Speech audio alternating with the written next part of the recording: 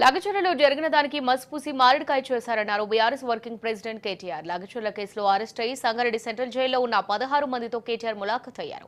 తన చేతగానితనాన్ని సీఎం రేవంత్ రెడ్డి ప్రదర్శిస్తున్నారు. కేసులు పెడతామని ఎవరు బెదిరించడం భయపడొద్దు. కేసులు పెట్టడానికి మించి ఏం చేయలేరన్నారు కేటీఆర్. కేటీఆర్ కాలపై పడి బోరున విలపించారని మాజీ మంత్రి సత్యవతి రాథోడ్ అన్నారు.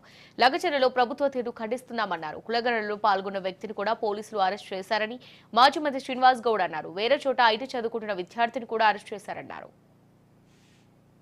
న్యాల్కల్లో ఇక్కడ కూడా మొన్న ఆందోళన జరిగింది.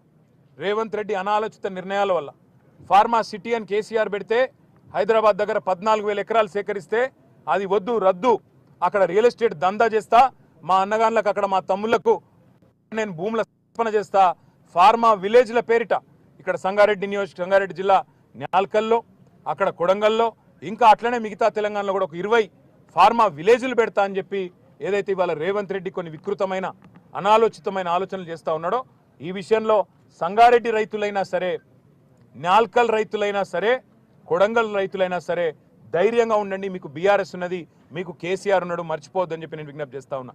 మీకు ప్రజాస్వామికంగా రావాల్సింది, న్యాయంగా రావాల్సింది ఇప్పించేదాకా మేము మీకు అండగా నిలబడతాం. వీళ్ళు ఎన్ని అక్రమ కేసులు పెట్టినా, ఎన్ని అక్రమ నిర్బంధాలు చేసే ప్రయత్నం చేసినా తప్పకుండా అవి మేము ఎదుర్కొంటాం. లగచర్లలో జరిగిన నిరసనలో సమిధలుగా మారిన పేదలు ఎవరైతున్నారో తమ భూములు తమకే ఉండాలి, మార్కెట్లో 60-70 లక్షలు ఎకరానికి ఉన్న భూములు ప్రభుత్వం అడ్డికి పావు షేరుకు రియల్ ఎస్టేట్ దందా చేసేందుకు గుంజుకుంటామంటే, మాకున్న జీవితాన్ని లాగేసుకుంటామంటే, ఉన్న మొత్తం జమీన్ అంతా గుంజుకుంటామంటే అట్లెట్లా ఒప్పుకుంటామని చెప్పి 9 నెలలుగా పోరాటం చేస్తున్నా నిరసన చెప్తే అందులో చాలా దుర్మార్గమైన పరిస్థితి. ఇవాళ మేము ఇక్కడ ఉన్న 16 మందిని కలిసినాం. వాళ్ళల్లో ఒక ప్రభుత్వ ఉద్యోగి ఉన్నాడు, ఒక పంచాయత్ సెక్రటరీ సోదరుడు పేరు రాఘవేంద్ర యాదవ్. ఆ తమ్ముడు చెప్తున్నాడు, అన్నా నేను మరి వీళ్ళు ఎట్లా పనిచేస్తున్నారో నాకు అర్థం కావట్లేదు, వాళ్ళను మాత్రమే ఇవాళ 21 మందిని రిమాండ్కి పంపినారు, మిగతా వాళ్ళందరినీ ఇంటికి పంపినారు. అలా కాంగ్రెస్ వాళ్ళు దాడి చేసిన వాళ్ళల్లో ఇప్పుడు నేను చెప్పిన పేర్లు ఉన్నాయి, వీడియోలో కనబడతారు, మీరు చూడండి. వాళ్ళని మాత్రం ఇంటికి పంపి ఎవరెవరైతే బీఆర్ఎస్ వాళ్ళో వాళ్ళనే పెట్టండి జైల్లో అని చెప్పి ఈ దాడి మొత్తం బీఆర్ఎస్ వాళ్ళే చేయించిండ్రు. ఈ దాడి మొత్తం రాజకీయ దాడి, ప్రజలు చేసింది కాదు అనే ఒక కుట్ర ప్రభుత్వం చేస్తున్నది. అనుముల రేవంత్ రెడ్డి చేస్తున్నాడు, ఆయన అన్న అనుముల తిరుపతి రెడ్డి ఆ మండల కాంగ్రెస్ పార్టీ అధ్యక్షుడు చేస్తూ ఉన్నాడు. మరి అది చాలా బాధాకరం. అక్కడ చాలామంది గిరిజనులు, రాష్ట్ర ప్రభుత్వం అక్కడ ఏం జరగనుంది, 10 నెలలుగా ముఖ్యమంత్రి గారు వాళ్ళని ఒప్పియలేకపోయినారు, కనీసం వాళ్ళతో మాట్లాడలేదు.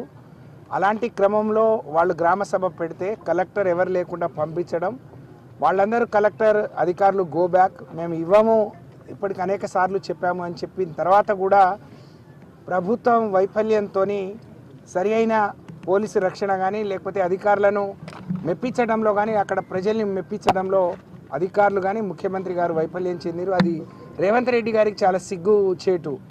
మీకు సిగ్గు అనిపించట్లేదా అని నేను ప్రశ్నిస్తూ ఉన్నాను.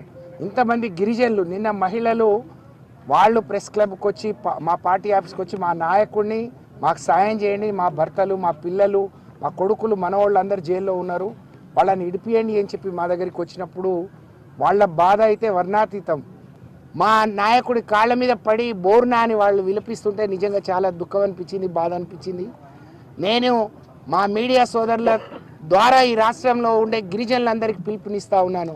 వాళ్ళ బాధ చూస్తూ ఉంటే నిజంగా ఇదేం బాధ, తెచ్చుకున్న తెలంగాణలో ఇంత బాధలా, ఏ వర్గం బాగుపడాలని రాష్ట్రం తెచ్చుకున్నామో ఆ పేద వర్గాల వాళ్ళు 10 సంవత్సరాలు రైతు బంధు వచ్చింది సార్, సంతోషంగా ఉన్నాము. బొంబాయిలా, దుబాయ్లా, తర్వాత పూనెలో బతికిన వాళ్ళము ఊర్లలో వచ్చి ఇప్పుడు బతుకుతున్నాం. ఇప్పుడే అందరు రైతులు కూడా మాకు భూములు పోతే మేము బతుకం సార్ సస్తమిగా, ఇప్పటికీ కొట్టి చంపినరు పోలీసులు. మళ్ళీ చెప్తే మళ్ళీదంతా కొడక అంటే మేము చెప్పలేకపోయినాం సార్ అని చెప్పి వాళ్ళు దెబ్బలు చూస్తుంటే మాకు కూడా నిజంగా కళ్ళకి నీళ్ళు వచ్చినాయి. ఇప్పటికైనా ఆలోచన చేయాలి, వెంటనే బేషరతుగా కేసులన్నీ మాఫ్ చేయాలి, విడుదల చేయాలి. జిల్లాలో ఎవరు గట్టిగా మాట్లాడితే వాళ్ళు జైలు పెడతా ఉన్నారు. ఇండ్లు గుడిసెలు, అందులో ఇండ్లు కాలనీలు కులగొట్టిండ్రు, గట్టిగా మాట్లాడితే వాళ్ళని జైలు పెట్టిండ్రు. మరి ఇచ్చినప్పుడు ఇచ్చిన హామీలు నెరవేర్చడంలో ధ్యాస పెట్టాలి కానీ ప్రశ్నించినోడిని జైల్లో పెడతాం, ఎవరు ప్రశ్నిస్తే వాళ్ళని మాట్లాడితే జైల్లో పెడతాం. తెలంగాణ మీ అందరి గురించి